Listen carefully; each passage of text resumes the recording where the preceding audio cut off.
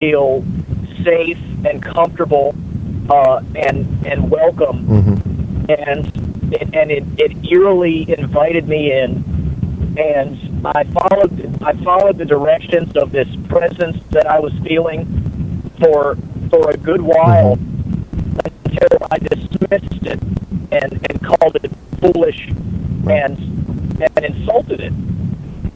And immediately, that the moment that I made the decision to begin to exit, that the moment that I began to leave this place, I felt this presence telling me, stay away from here. And I heard this crackle, this very real, very loud sound, as if something was going to hurt me. And I felt very afraid for me, not just my life, my very self. And wow. And we left. I've never been back at Old House Woods since then. Do you think you could point this place out to us on a map by chance? Maybe if I saw a map, I could point this place out. Yeah, I do have a pretty good sense of direction, but I can't tell you on the radio show right now exactly where we were now. That's okay. Yeah, I've got a map I made up of Old House Woods, and it's actually on the Facebook page for Old House Woods, and it's got like, this is private property, don't go on it, and this is where some sightings have happened, and maybe on that map you could point out roughly where you were, if it was close, because the map is kind of confined in area, so I may not have the area you were in on the map. We might have to look at a bigger map. Well, yeah, if you could look at a slightly bigger map, we could, maybe one that included the woods immediately next to it, with the cemetery and all that. If I could point that out, that would be very helpful. Yeah. And what's your name again? Are you one of the gentlemen I talked to earlier tonight? Before the radio show? Yeah. Yes, sir. I'm Austin. Austin, okay, that's what I thought, yeah. You are incredibly intelligent and beyond your years and wisdom, so I thought I wanted to give you that little compliment. And I hope you'll come on the show. I hope you'll come on the show more often. Yeah, thank you for inviting me. I don't have many more stories about spooky things, but if you want to talk about politics, that's okay. About that. Sure, sure, absolutely. These guys in this car, you guys are nonconformists, and I happen to like nonconformists, so we're going to have them on more often. But I want to thank you guys. For coming on the show tonight, and we will have you again on soon if you're up for it. We definitely are. But this is Charles, the other gentleman you met earlier. Mm-hmm. And I was yes, sir, Charles. I remember. I've been to Old House Woods many, many times, and personally, I've never seen anything there. Mm-hmm. And we were wondering if sometime in the near future you would like to go with us, maybe explain some things about the area to me, because I really don't know much about it. Sure, absolutely. I mean, a lot of the stuff people see and hear back there is strictly environmental. They get spooked, they get their adrenaline up, and the next thing they know, everything's paranormal. So once you rule that out, you can start really getting into what's unusual about the place. And sure, I'll be happy to be a little tour guide back there. I've spent over 1,000 hours back there doing research, and a lot of it's been uneventful, to be quite honest. I know that feeling. But that's the nature of the game, Yeah, I feel like things go better with somebody more knowledgeable about the area, such as yourself. Yeah, I could come back. I could bring Kim. Kim Ashbury Moxley's very knowledgeable out the area. What's her name? Sharon Forrest is very knowledgeable out there. Her family grew up there generations back, so she knows the history. Yeah, she knows the whole history of the area. All right. So we'll do that, guys. I appreciate you calling in. Kyle would like to know if you want to do any comedy before we leave. Comedy, sure. We've got a few minutes left. Hit it, Kyle. All right, Austin's got a story for you. Tell him your favorite joke. I don't know my favorite joke. Well, tell him the story you told me earlier when you got in the car. Which one, man? Sorry, can we put hey, Kevin? He's putting me on the spot here. Yes. Kevin. Yes. Have something material appropriate for the show? Now, what was that?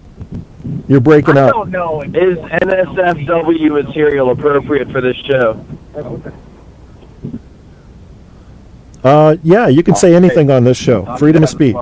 Dude, I really don't know what joke you want me to tell. Turn me off! Oh my god. Yeah, the words. I need to remember the words. There was a story about a man. It was an Iraqi war veteran, and he lost his right arm in the war. They gave him a new prosthetic limb. It was a prototype. It was voice activated, and it could do certain things that a regular arm couldn't do. You could program it to open the fridge, say, or do anything like that, or type out certain keystrokes and things of that nature. This is going to be hard without the physical.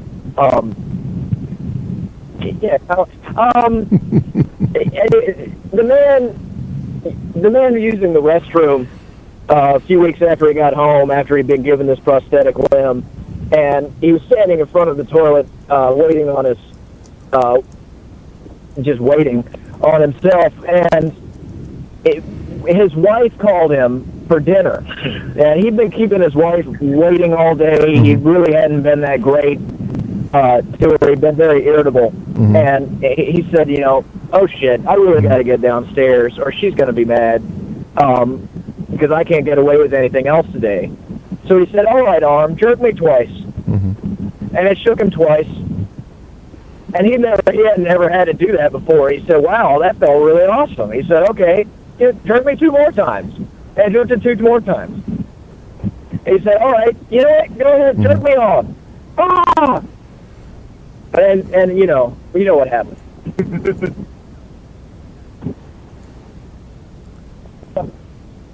I don't get it. I don't get it. Okay. It's funnier if I jerk my arm upward. It's more of a thing. Oh. Yeah. Now I get it. I was slow. I'm sorry. As long as you got it. Yeah, Charles' turn. Well, I don't have anything funny to say, but I was saying we're passing by the road that Sharon lives on, but also Miss Elizabeth Collins, who I'm sure you're familiar with. And I just wanted to speak with you for a moment about her home. The home that I was speaking to you about earlier was the home where her first daughter had drowned. You're on live. After that, apparently, when her family had moved out, it turned into some sort of like really, really run down. It was basically a whorehouse, basically like a crack house. And apparently, some awful things that happened there. But they moved back in there, and it's just like they've got it so cleaned up and nice, and it's just beautiful inside, But like, I can't sit there and honestly say that I feel safe there whatsoever. Like, just the inside of that home, it's just negative. It just feels awful. Like demon type awful. Like demon type awful. Maybe, honestly, I don't really know. I've never felt this uncomfortable in a place before. That sort of, you would say it's not just an increased amount of uncomfortability. It's like a whole different kind. It's like sitting in a cage with a tiger uncomfortable. Like, you just don't want to be in that situation. I've had nights where I was going to sleep in her front living room is like the most awful place in the universe. Like, if you sit in there by yourself, you'll probably go completely insane. But even in her back living room, with other people there, lights on, such, like, I can't sit there and honestly say that I don't feel extremely anxious. Like, I feel as though you should speak with her about her home, because she probably has many things to speak with you about. It would probably be good for your show as well, honestly. I feel like she'd have a lot of things to speak with. I'd love to go in there. And, I was just saying.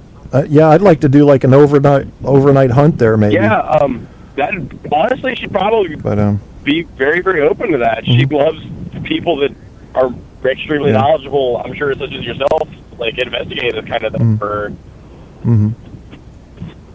Maybe you should get into contact with her about that. Well, I'll tell you guys, I've been ghost hunting since 1999, and until the year 2011, I never saw anything. And finally, that was in Old House Woods, and I've seen 3 entities back there that I call entities. One was a storm lady, one was a strange black triangle that flew in front of me and Kim, and then the third one looked like the Predator, the movie The Predator, when the alien would turn on his camouflage, how you could barely see the outline of him.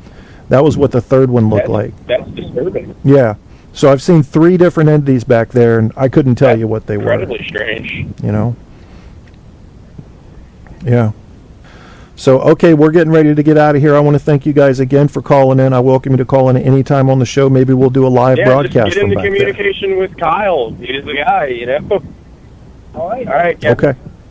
Thank you very Okay, much, that sounds good. Thank you for calling in, guys. So you guys were hearing from Kyle and Austin, and I think Charles. I forget names. I'm very sorry if I got that wrong. And what we're going to do now, I think, is should we keep it going? Let's see what you guys are saying in the chat. Guy Shay's in the chat room. Okay, guys, do you want me to just go freestyle and keep doing this show and fuck around? Because I can get freaky. I mean, I can get funny. I can get nasty with the news. I can talk about things like what would happen if you put a balloon up your ass and farted.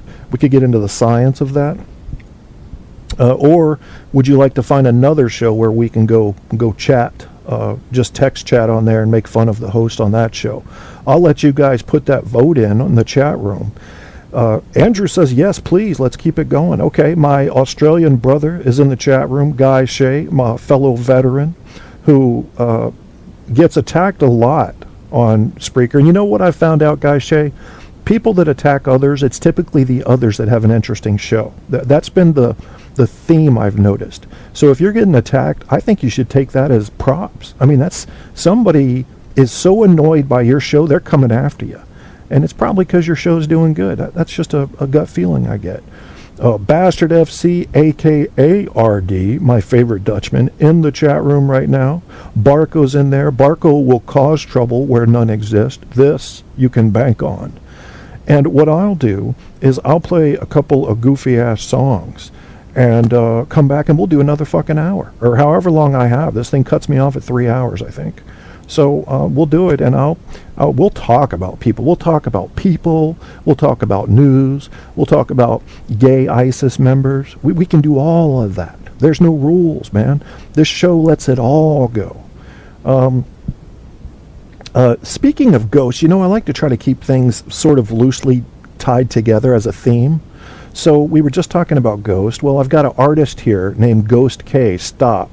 Blue Mix. This is the song I meant to play the other night from the Irish guys, and instead I played something called Blue Circles, which was a fucking terrible song. Actually, I'm taking it out right now. Sorry. Unreal DM Blue Circles, your song sucks, and it's gone from my playlist. However, the one I did mean to play, Ghost K Stop Blue Mix featuring Hem Hat Collector, this comes from what sounds like an Irishman. Maybe I'm wrong. You guys can correct me. So I'm lining up Ghost Stop. Stop is the name of the song. And then after that, do I have any other supernatural type songs? Yeah, how about Grapes? You never seen nothing like this before, because some of the ghosts, I'm going to call them ghosts, that I've seen back in Old House Woods would have probably said that. You never seen nothing like this before, bitch. And I would have said, you know, you're right. I've never seen anything like this before. And in the interim, between all of that, there has to be a promo for Grandpa Al's show.